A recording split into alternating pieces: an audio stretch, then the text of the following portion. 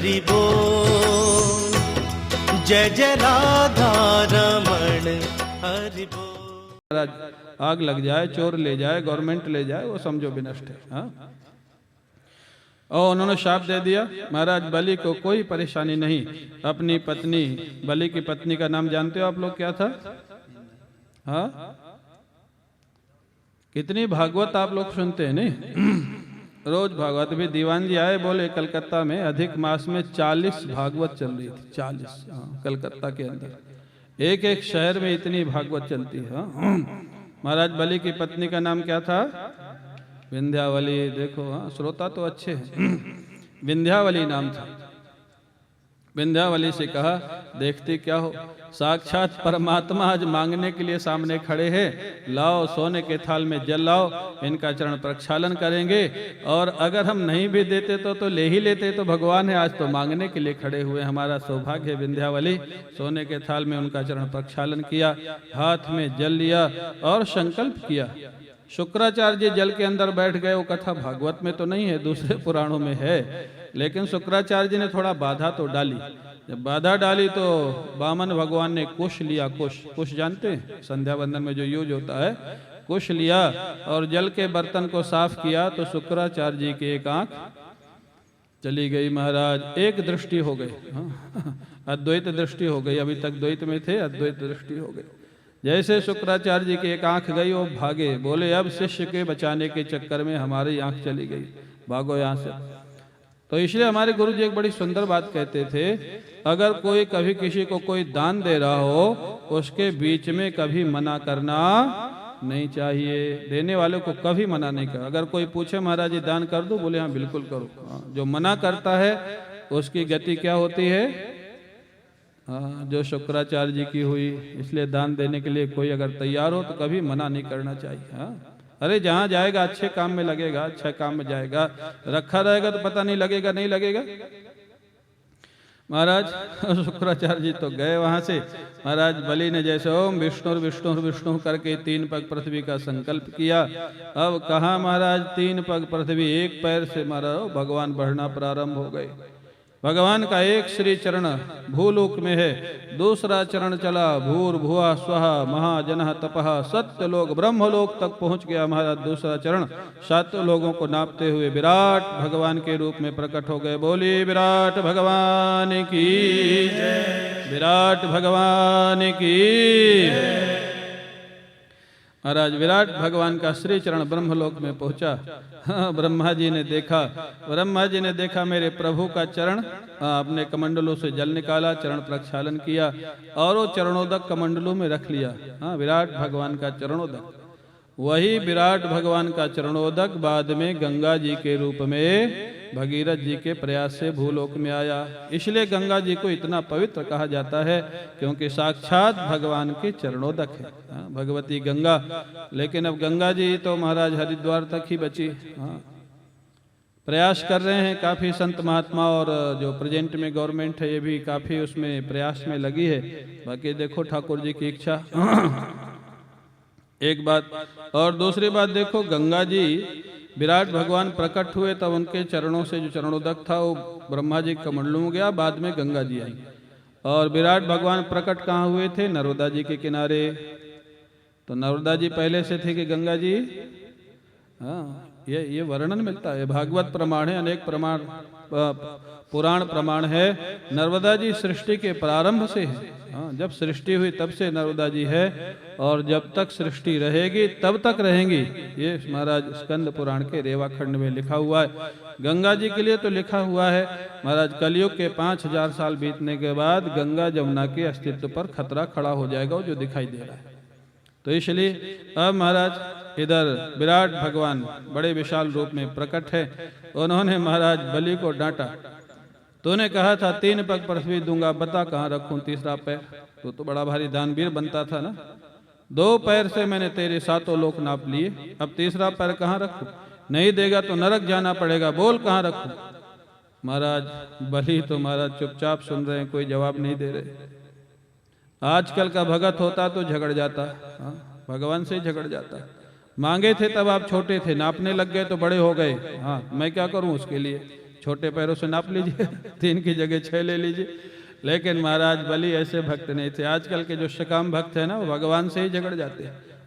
भगवान अगर कोई काम नहीं किए, पूजा बंद, हाँ, आरती बंद, भोग लगाना बंद। हाँ, उनको लगता है जैसे हम भोग नहीं लगाएंगे तो भगवान को भोजन नहीं मिलेगा। ऐसा सोचते हैं लोग। हाँ, एक बार पता नहीं किसी महात्मा ने सुनाया था, किसी व्यक्ति को महात्मा ने बता दिया कि भाई गणेश जी का पूजा करो तो पुत्र प्राप्ति होगी। पुत्र नहीं हो रहा था। अब 1 साल तक वो गणेश जी का पूजन किया, तब भी नहीं हुआ। वो चिढ़ गया गणेश जी से, गणेश जी को उठा के ऊपर रख दिया। अब बोले तुमसे नहीं काम हुआ तो अब मैं तुम्हारे पिताजी की पूजा करूंगा। किसकी पूजा किया? शंकर जी की करने लग गया। अब शंकर जी का रुद्राभिषेक रोज करे, धूप दीप आरती बड़े प्रेम से करे। एक दिन उसने देखा कि जो धूप बत्ती का धुआं है वो स्वाभाविक है, नेचुरल ऊपर ही जाएगा, नीचे थोड़ा जाएगा, ऊपर ही जा रहा था। अब जहाँ गणेश जी बैठे थे उधर ही जा रहा था। उसको इतना रोष आ गया, बोले 1 साल पूजा किया तो पुत्र दिए नहीं, अब मेरी धूप बत्ती का धुआं आप नहीं ले सकते। रुई लेकर के गणेश जी की नासिका में लगा। अब कल्पना कर सकते। अब गणेश जी हंसने लग गए, प्रकट हो गए। उसको बड़ा आश्चर्य हुआ, साल भर पूजा किया था तो प्रकट नहीं हुए, बोले भी नहीं, हंसे भी नहीं, आज कैसे प्रकट हो गए? गणेश जी से पूछा। गणेश जी ने कहा, बेवकूफ, साल भर जो पूजा की तूने मेरे को मूर्ति मान के की, आज जो रुई लगाई आज तो साक्षात गणेश मान करके रुई लगाई, इसलिए मैं प्रकट हो गया। हा? तेरी भावना आज जो हुई आज सच बनी, पहले तो सच भावना बनी ही नहीं थी तुम्हारी। तो अभिप्राय तो ये महाराज, ये जो भगवान की आराधना का रास्ता है ना, विलक्षण है। तो इधर महाराज बलि को बार बार डांटते हैं, दे 3 पग पृथ्वी नहीं, बांध के महाराज नरक भेज दूंगा। अब बलि तो कुछ नहीं बोल रहे। बलि जब कुछ नहीं बोले तो आदेश दे दिया, जाओ गरुड़ जी बांध लो इसको। हाँ, बांध लिया गया, वरुण पाश में बांध लिया गरुड़ जी महाराज ने। बोले भेज दो, बोल देता है कि नहीं देता, नहीं भेज दो नरक। महाराज बलि समझ गए भगवान मेरे से ही कुछ सुनना चाहते, इसलिए बार बार कह रहे। हाँ? महाराज बलि हाथ जोड़ करके बड़ी विनम्रता के साथ नीचे को सिर किए हुए भगवान को बड़ी विनम्रता के साथ जवाब देते, बड़े सुंदर। यदुत्तम श्लोक भवान ममेरितम वचो व्यलीकं सुरवर्य मन्यते करोमृतं तन्न भवेत् प्रलम्भनं पदं तृतीयं कुरुषीष्णि मे निजम्। बोलने का तरीका बहुत सुंदर था महाराज बलि का। यदुत्तम श्लोक, हे उत्तम श्लोक प्रभु, यदि आप ऐसा मानते हैं, यदि शब्द लगा है, यदि शब्द में बड़ा प्राण है। यदि आप ऐसा मानते हैं कि मैंने आपको धोखा दिया, मैंने आपसे झूठ कहा, यद्यपि ऐसा है नहीं। यदि शब्द क्वेश्चन मार्क, यद्यपि ऐसा है नहीं, क्योंकि आपने जो मांगा था तब आप छोटे थे, नापने लग गए तो बड़े हो गए। तो मैंने तो अगर इस विषय पर आपको जज बनाया जाए और पूछा जाए कि बलि ने धोखा दिया या वामन भगवान ने धोखा दिया, तो आपका निर्णय क्या होगा? क्यों भाई, धोखा किसने दिया, वामन भगवान ने कि बलि ने? वामन भगवान ने दिया। हाँ, ये आप तो बोल दिए लेकिन बलि नहीं बोल रहे। हाँ, बलि ऐसे प्रेमी भक्त हैं, वो जानते हैं भगवान जो भी कर रहे हैं कुछ ना कुछ उसमें मेरी भलाई है। हाँ, बलि ये नहीं बोले कि धोखा तो आप दे रहे हैं मेरे, आप झूठ बोल रहे हैं। बलि ने कहा यदि आप ऐसा मानते हैं कि मैं झूठ बोल रहा हूँ, आप ऐसा मानते हैं, यद्यपि ऐसा, हाँ, संकेत तो वही था कि ऐसा है नहीं, फिर भी अगर आप ऐसा कहते हैं तो ये आपका सेवक आपको कभी धोखा नहीं देगा प्रभु। भगवान अंदर से बड़े कोमल, बाहर से बड़े कठोरता का अभिनय कर रहे और डांटा, अच्छा धोखा नहीं देगा, कहाँ रखूं तीसरा पैर बता। महाराज बलि हाथ जोड़ के बोलते हैं, प्रभु 2 पैर से आपने मेरी संपत्ति को स्वीकार किया है, संपत्ति को नापा है, अभी देने वाला बचा हुआ है, देने वाला बचा हुआ है। उठाइए अपना तीसरा चरण और मेरे सिर पे रख दीजिए और देने वाले को भी अपना बना लीजिए हमेशा हमेशा के लिए। महाराज जैसे महाराज बलि ने कहा, वामन भगवान के प्रेम के आंसू बहने लग गए। यही सुनना चाहते थे, लोगों को दिखाना चाहते थे एक प्रेमी भक्त का जीवन क्या होता है। उसका सर्वस्व छीन लिया जाए, उसके बाद भी ठाकुर के हाथ में उसको हित बुद्धि ही दिखाई देती। ईश्वर कभी अहित कर ही नहीं सकता, यह उसका पूर्ण विश्वास होता है। ये प्रेमी भक्त का जीवन। महाराज बलि के बंधन खोल दिए गए। जानते हो उसी समय प्रहलाद जी आ गए, जो महाराज बलि के पूर्वज हैं। प्रहलाद जी ने इस दृश्य को देखा, वामन भगवान से शिकायत की, प्रभु आप मेरे समय भी आए थे नृसिंह भगवान बन के, लेकिन जो कृपा आपने बलि पर की है ऐसी कृपा आपने मुझ पर भी नहीं की थी। क्यों? बलि का आपने छीन के लिया है। मैंने तो आपको दिया था, तब आपने लिया था। आपने छीन के लिए। ऐसा प्रेम का वातावरण महाराज बलि को भगवान ने हृदय से लगाया। वामन भगवान ने कहा, बलि अब तुम स्वर्ग का राज्य तो इंद्र को दे दो, जिसके लिए वो बहुत व्याकुल है, परेशान है। मैं तुमको सुतल लोक का राजा बना देता हूं। महाराज बलि ने कहा, प्रभु मैंने तो सुना है जिसको एक बार आप अपना लेते हैं उसको कभी अलग नहीं होना पड़ता। आप वैकुंठ में रहेंगे, मैं सुतल लोक में रहूंगा, तो ये तो अलगाव हो जाएगा ना प्रभु। भगवान ने कहा, नहीं बलि, आज के बाद मैं तुमको दूसरा वरदान देता हूँ। सुतल लोक के राजा तुम रहोगे और द्वारपाल बन करके मैं खड़ा रहूंगा, तुम्हारा द्वारपाल मैं बनूंगा। मैं तुमको आशीर्वाद देता हूँ, वरदान देता हूँ।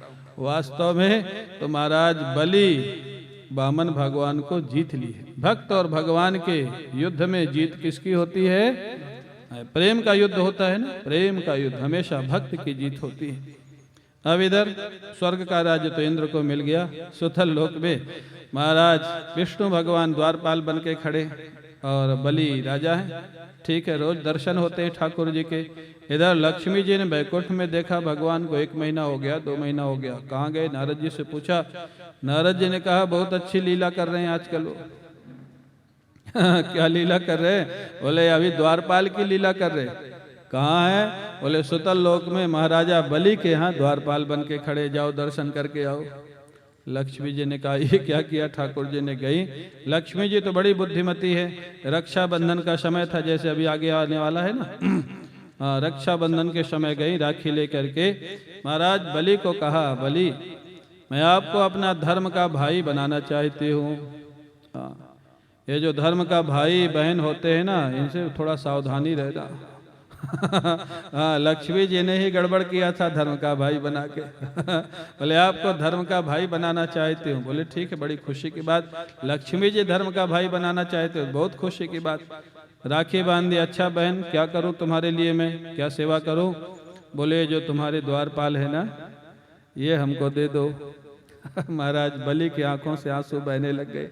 लक्ष्मी, अगर मैं ऐसा जानता कि तुम इनको मांगोगी तो मैं तुमको बहन बनाना स्वीकार नहीं करता। तुमने तो मेरे प्राणों को मांग लिया, ये मैं कैसे दे सकता हूँ? ये तो मेरे जीवन है, प्राण है। महाराज बलि के फिर आंखों से अश्रुपात होने लग गया। जानते हो भगवान ने दोनों को आश्वासन दिया, महाराज बलि अब मैं 2 रूप धारण करूंगा। एक रूप से बैकुंठ में रहूंगा और दूसरे रूप से तुम्हारा द्वारपाल तब तक बन करके रहूंगा जब तक तुम राजा यहाँ के बन करके रहोगे, मैं तुम्हारा द्वारपाल बन के रहूंगा। ऐसे भगवान ने वरदान दिया। ऐसे वामन भगवान का चरित्र यहाँ पर पूर्ण होता है। बोलिए वामन भगवान की, प्रेम से बोलिए वामन भगवान की। अब इसके बाद 9वां स्कंध प्रारंभ होता है। 9वां स्कंध में मुख्य रूप से सूर्यवंश और चंद्रवंश का वर्णन।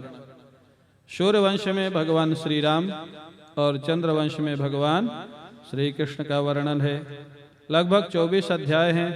प्रारंभ के लगभग 13 अध्यायों में सूर्यवंश और बाद के 11वें अध्यायों में चंद्रवंश। मौलिक जो अंतर है सूर्यवंश और चंद्रवंश का, भगवान सूर्य जो है वो हमारी बुद्धि के देवता है। इसलिए अगर बुद्धि चाहिए तो लोग गायत्री मंत्र का जप करते हैं ना, सूर्य भगवान को अर्घ्य देते हैं, गायत्री मंत्र का जप करते हैं। भगवान सूर्य हमारी बुद्धि के देवता है, ज्ञान के देवता है, और चंद्रमा हमारे मन के देवता है। इसलिए हमारे गुरु जी कहते हैं कि महीने में 3 दिन सबका, 2.5 दिन या 3 दिन सबका मन खराब रहता है बिना कारण, बिना कारण।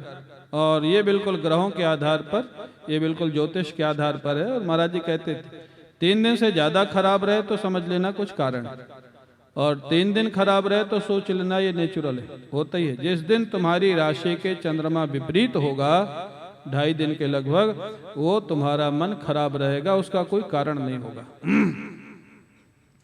तो चंद्रमा किसके देवता हैं? किसके देवता हैं? मन के। हाँ, तो यहाँ पर जो सूर्य वंश में भगवान श्री राम हुए तो मर्यादा पुरुषोत्तम हुए। क्यों? जितने काम बुद्धि पूर्वक किए जाते हैं वो मर्यादा के अनुसार होते हैं, और जितने काम मन के अनुसार किए जाते हैं, मनोमुखी जिनको बोलते हैं, जो मन में आया खा लिया, जो मन में आया बोल दिया, जो मन में आया कर लिया, वो कभी कभी मर्यादा से हटके भी होते हैं। इसलिए ये मौलिक अंतर है। भगवान श्री राम की लीलाओं में मर्यादा युक्त लीलाएं मिलती हैं, और भगवान कृष्ण की लीलाओं में कभी कभी मर्यादा से थोड़ा हट के लीलाएं भी मिलती हैं। यही मूल आधार है। भगवान श्री राम, कई लोग कहते हैं भगवान श्री राम 12 कला के अवतार और भगवान कृष्ण 16 कला के अवतार, पूर्णावतार। अरे भाई, 12 कला भी हो पूर्णावतार इसलिए है क्योंकि सूर्य की 12 कलाएं ही होती और चंद्रमा की 16 कलाएं होती। तो जो सूर्य वंश में लेगा वो 12 कला का ही अवतार होगा, और जो चंद्र वंश में होंगे 16 कला के अवतार होंगे। दोनों पूर्णावतार है। एक मर्यादा पुरुषोत्तम है और दूसरे लीला पुरुषोत्तम है। दोनों का अलग अलग आनंद है। हाँ? तो महाराज कहते सूर्य वंश में बड़े बड़े राजा हुए। इसी वंश में अम्बरीश नाम के एक राजा हुए। अम्बरीश भगवान के बहुत बड़े भक्त थे और वो एकादशी का उद्यापन करने वाले थे। एकादशी जानते हैं आप लोग? करते हैं? क्या खाते हैं उस दिन?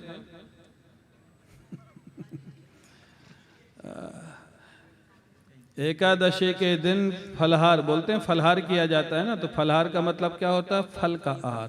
हाँ?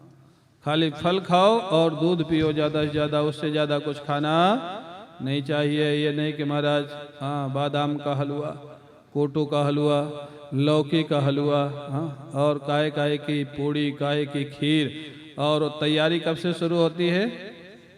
अष्टमी नवमी से। हाँ, एक दिन 2 दिन, अष्टमी नव, एकादशी आ रही एकादशी आ रही कि भंडारा होने वाला है। ये जो एकादशी का है। हाँ, तो ठीक नाटक नहीं करना चाहिए भाई। खाने ये तो अलग से बना के खा लो ना, एकादशी का बहाना क्यों करते हो? तो एकादशी माने हल्का फुल्का खाओ, सात्विक भोजन करो, जिससे मन हल्का रहे, शरीर हल्का रहे, मन सात्विक रहे और भगवान के भजन में मन लगे। वो एकादशी सार्थक एकादशी। 5 ज्ञानेंद्रियां, 5 कर्मेंद्रियां और मन, ये 11 के 11 भगवान में लग जाएं, उसका नाम पूर्ण एकादशी है। हाँ, एकादशी। हाँ, भगवान में लग जाए। अम्बरीश के सब 11 के 11 भगवान में लगे हुए थे। ज्ञानेंद्रियां, कर्मेंद्रियां, मन। अम्बरीश इतने बड़े राजा थे, लेकिन वो कभी कभी राज्य की व्यवस्था भी देखने नहीं जाते थे। कभी जाते थे, कभी नहीं जाते थे। क्यों? जानते थे देखने वाला तो कोई और है, मैं तो निमित्त बना हुआ हूँ। और इसलिए भगवान ने अम्बरीश के राज्य व्यवस्था के लिए सुदर्शन चक्र को छोड़ रखा था व्यवस्था के लिए। हम लोगों को तो थोड़ी बहुत व्यवस्था हो तो महाराज चिंतित हो जाते हैं, वहाँ क्या होगा, वहाँ क्या होगा, वहाँ क्या होगा। थोड़ा छोड़ के देखो 1-2 बार, आपको फिर विश्वास होगा। बिना छोड़े विश्वास होगा नहीं। भगवान के काम में लगे हुए अगर कोई काम व्यवहारिक बिगड़ रहा है, छोड़ दो। आपको 1 हफ्ते बाद, 2-4 दिन बाद पता लगेगा आप उस काम को शायद उतना अच्छा नहीं कर सकते थे जितना अच्छा काम पीछे से आपके बिना ठाकुर जी ने करवा दिया। हाँ? ये आप करके देखोगे तो पता लगेगा, कहने सुनने से पता नहीं लगेगा। 1-2 बार छोड़ोगे तब आपका विश्वास बढ़ेगा, भरोसा बढ़ेगा। महाराज अम्बरीश इतने बड़े राजा, वो भी कभी कभी भगवान के भजन में व्यवस्था में नहीं जाते थे। वो उद्यापन कर रहे थे एकादशी का, दुर्वासा जी आ गए स्वाभाविक मंडली के साथ। बड़ी खुशी हुई, आमंत्रित कर दिया, महाराज पधारे, भोजन में पधारे। दुर्वासा जी बोले नहीं, अभी हमको अभी यमुना स्नान करने जाना है, फिर आते हैं। बोले ठीक। यमुना स्नान करने गए तो कर ही रहे, समय का कोई ध्यान नहीं। अम्बरीश को पारणा का मुहूर्त निकल रहा है, क्या करें? मुहूर्त निकल जाएगा तो अनुष्ठान का फल, भगवत प्रीत्यर्थ जो हो रहा है, नहीं मिलेगा। और अगर पारणा कर लूंगा तो महात्मा का अपराध होगा जिसको निमंत्रण दिया है। आप किसी को घर में निमंत्रण देवें और पहले भोजन कर लें, उसका पाप लगता है, दोष लगता है। या तो आप बुलाओ मत, संत को, महात्मा को, ब्राह्मण को अगर बुलाते हैं तो उसको खिला के फिर बाद में खाना चाहिए। अब महाराज अब क्या करें? उन्होंने अपने आचार्य जी से हाँ महाराज सलाह की क्या करें। तो समय जा रहा है। आचार्य जी ने कहा शालग्राम को अभिषेक करा के उनका चरणोदक ले लो, तो पारणा भी हो जाएगी और भोजन भी नहीं होगा, दोनों मर्यादाएं बच जाएंगी। ये देखो महापुरुषों के पास तरीके होते। मैंने सुना है श्री वल्लभाचार्य जी महाराज जगन्नाथपुरी गए, संयोग से एकादशी का दिन पड़ गया। हाँ, और जगन्नाथपुरी में तो एकादशी मानते नहीं, वहां तो चावल खाते एकादशी के दिन, और वहां प्रसाद में चावल दे दिया गया। श्री वल्लभाचार्य जी महाराज एकादशी का व्रत करते हैं, वो चावल खाते नहीं एकादशी को। अब क्या करें? जानते हो कितना सुंदर रास्ता निकाला। वो हाथ में प्रसाद लिए हुए एकादशी से द्वादशी तक स्तुति ही करते रहे। ऐसा क्या रास्ता उन्होंने निकाला। एकादशी को स्तुति शुरू की, जब तक द्वादशी नहीं आई तब तक वहीं खड़े खड़े, क्योंकि प्रसाद ना लेवें तो अपराध, और प्रसाद चावल का ले लें तो उनकी जो निष्ठा थी एकादशी की वो नहीं होगी। क्या किया? एकादशी से प्रार्थना शुरू की, स्तुति, द्वादशी जब तक नहीं आ गई तब तक स्तुति ही करते रहे, और बाद में स्तुति करके गए, प्रसाद ले लिया। ये जो महापुरुषों के पास तरीके होते, उपाय होते हैं, उन्होंने महाराज पारणा कर ली। वो जो थे दुर्वासा जी स्नान करने के बाद आए थे तो तपस्वी, पता लग गया चेहरे से, तो पारणा कर लिया, नाराज हो गए। दुर्वासा माने क्रोध के अवतार। भगवान शंकर के अंश से इनका अवतार हुआ है ना, क्रोध के अवतार। दुर्वासा जी बोले अच्छा मेरे को निमंत्रण करके पहले से खा लिया, इतना बड़ा अपने राज्य का गर्व है तुमको, शक्ति का गर्व है, अभी दिखाता हूँ। जटा उखाड़ी जमीन पे पटक दी। अब महाराज एक कृत्या प्रकट हो गई। ओ दौड़ी मारने के लिए अम्बरीश जी को। अम्बरीश जी के जो कक्षा में सुदर्शन चक्र था ना, उसने कृत्या को मार डाला। सुदर्शन चक्र ने कृत्या को मारा। अब सुदर्शन चक्र किसके पीछे लगा? दुर्वासा जी के। अब दुर्वासा जी भागे वहां से, आगे आगे दुर्वासा जी, पीछे पीछे सुदर्शन चक्र। दुर्वासा जी पहले ब्रह्मा जी के पास गए। ब्रह्मा जी ने कहा भाई ये विष्णु भगवान का बीच में मैं पढ़ने वाला नहीं, आप भागो यहाँ से। शंकर जी के पास गए, उन्हीं के पुत्र थे। शंकर जी ने कहा भाई मैं बचा तो नहीं सकता लेकिन उपाय बता सकता हूँ। बोले बताइए। बोले विष्णु भगवान के पास ही जाओ, वही रोकेंगे तब सुदर्शन चक्र रुकेंगे। दुर्वासा जी गए, भगवान विष्णु के सुदर्शन चक्र रुक